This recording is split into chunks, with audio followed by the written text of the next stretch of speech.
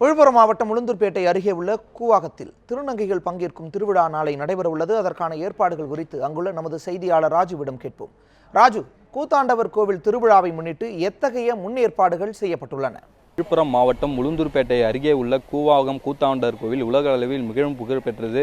அதாவது இந்த கோவிலில் வருடந்தோறும் சித்திரை மாதம் திருவிழா நடைபெறுவது வழக்கம். அதன்படி இந்த ஆண்டு கடந்த 5ஆம் தேதி கொடியேற்றத்துடன் இந்த கோவிலின் திருவிழா தொடங்கியுள்ளது. இந்த கோவிலின் திருவிழாவின் முக்கிய நிகழ்வான திருநங்கைகள் தாலி கட்டும் நிகழ்வானது நாளை நடைபெற உள்ளது. அதனைத் தொடர்ந்து நாளை மறுதினம் தேரோட்டமும் தாலி அகற்றும் நிகழ்ச்சியும் நடைபெறுகிறது. இந்த திருவிழாவிற்காக தமிழகம் மட்டுமல்லாமல் இந்தியா முழுவதிலிருந்து ஆயிரக்கணக்கான திருநங்கைகள் இப்போது இந்த விழுப்புரம் மாவட்டத்திற்கு வருகை தந்துள்ளனர். இதற்காக கோவில் நிர்வாகம் சார்பில் சிறப்பான ஏற்பாடுகள் செய்யப்பட்டுள்ளன. அதாவது அவர்கள் பாதுகாப்பான முறையில் தங்குவதற்கு விடுதிகளும் மற்றும் சுத்திகரிக்கப்பட்ட குடிநீர் உள்ளிட்ட கோவில் நிர்வாகம் சார்பில் செய்யப்பட்டுள்ளன.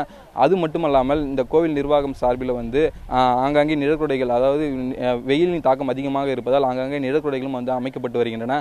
இந்த விழாவின் முக்கியத்துவம் குறித்து இந்த கோவில் அர்ச்சகர் நம்மிடையே ஒருவர் இருக்கிறார், அவரிடம் கேட்கலாம்.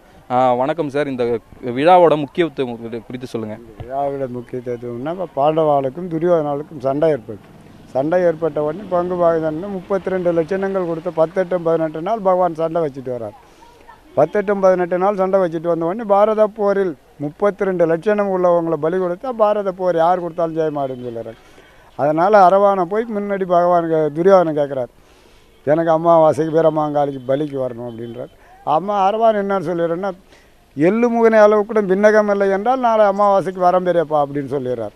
பகவான் எதிர்பார்க்குறார், துரியோதனன் பலி ஊட்டப்பட்டால், அரவான பலி கொடுக்கப்பட்டால் அதர்மம் ஜெயிச்சிடும், தர்மம் அழிஞ்சிடும். அதனால் தர்மரை கூட்டு போய் திரும்ப கேட்குறார். கேட்கும்போது அமாவாசை முதலன்னைக்கு கொண்டாந்தா வரேன்னு சொல்லிடுறார். ரெண்டாவது என்ன பண்ணிடுறாருன்னா, அமாவாசை மாற்றிட்டா 3 வாரம் கொடுத்தால் வரேன்றார். 3 வாரமும் கொடுத்துட்றார். என்னென்ன வரம் 3 வாரம் கொடுத்துட்டு அரவான் பலி ஊட்டப்படுறார். பலி ஊட்டப்பட்டு கல்யாணம், 1 வாரம் கல்யாணம். ஐயா, இந்த விழாவோட முக்கிய நிகழ்வுகள் குறித்து சொல்லுங்க ஐயா. இந்த விழா திருநங்கைகளுக்கு இன்றைக்கி 3 மாலை தாலி கம்பம் நிறுத்தி தாலி கட்டுதல் நடைபெறும். நாளை திருநங்கைகள் உள்ளவங்க அத்தனை பேருக்கு நாளை தாலி கட்டுவாங்க. அரவான்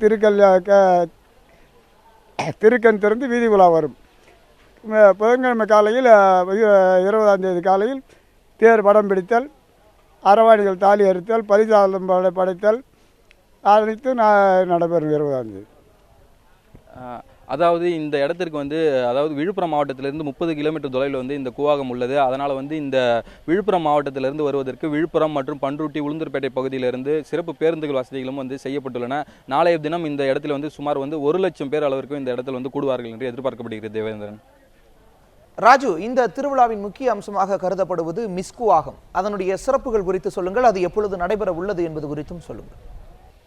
அதாவது இந்த பல்வேறு பகுதியிலிருந்து வரும் திருநங்கைகளை உற்சாகப்படுத்துவதற்கும் அவர்களோட திறமைகளை வெளிப்படுத்துவதற்கும் இந்த விழுப்புரம் மாவட்டத்தில் பல்வேறு நிகழ்ச்சிகள் கடந்த சனிக்கிழமை முதலே நடைபெற்று வருகிறது. அதன் ஒரு பகுதியாக இன்று மாலை விழுப்புரம் மாவட்டத்தில் ஒரு தனியார் திருமண நிலையத்தில் மிஸ்குவாகம் போட்டி நடைபெற உள்ளது. இதற்கான ஏற்பாடுகளை திருநங்கை சங்கத்தை சார்ந்தவர்களும் பல்வேறு சமூக நிறுவனங்களை சார்ந்தவர்கள் செஞ்சுட்டு வந்துட்டு இருக்காங்க. தேவேந்திரன், இந்த நிகழ்ச்சியை பொறுத்தளவு பாதுகாப்பு ஏற்பாடுகள் எந்த அளவுக்கு செய்யப்பட்டுள்ளன? குறிப்பாக வரக்கூடிய இந்த கூட்டத்தை சமாளிப்பதற்காக அவர்களுக்கு தேவையான அடிப்படை வசதிகள் எந்த அளவிற்கு செய்து கொடுக்கப்பட்டுள்ளது? அதாவது தேவேந்திரன், இந்த பகுதி ஒரு கிராம பகுதியை சார்ந்ததாகும். இந்த கிராமத்தில் இந்த கோவில் பகுதியில் திருநங்கைகள் தங்குவதற்கு வெறும் 5 அறைகள் மட்டுமே உள்ளன. அந்த 5 அறைகள் மொத்தம் 100 திருநங்கைகள் மட்டுமே தங்க முடியும். அதனால இவர்கள் அருகாமையில் இருக்கிற விழுப்புரம் மாவட்டத்தில் தான் சென்று தங்கக்கூடிய ஒரு நிலை ஏற்பட்டுள்ளது. அதாவது ஒரு சாதாரண நாட்களில் அறைகளின் வாடகை 1500 இருந்தாலும் தற்பொழுது இந்த விழா நேரத்தில் 2500 வாடகை வசூலிக்கப்படுகிறது. இதை ஒரு பெரிய குற்றச்சாட்டாக இந்த திருநங்கைகள் முன்வைக்கின்றாங்க. அதே போல தங்களுக்கு கழிவறை வசதி போதுமான அளவு இந்த கோயில் நிர்வாக சார்பில் ஏற்படுத்தி தரலன்றதும் ஒரு குறையா சொல்லிட்டு இருக்காங்க. இருந்தாலும் இங்க திருநங்கைகள் அதிக அளவு யாருமே தங்கறது இல்லை. பக்கத்தில் இருக்கிற ஊரான விழுப்புரத்தில் தான் திருநங்கைகள் எல்லாமே தங்கியிருக்காங்க. தேவேந்திரன். ராஜு, உங்களுடைய தகவல்களுக்கு நன்றி.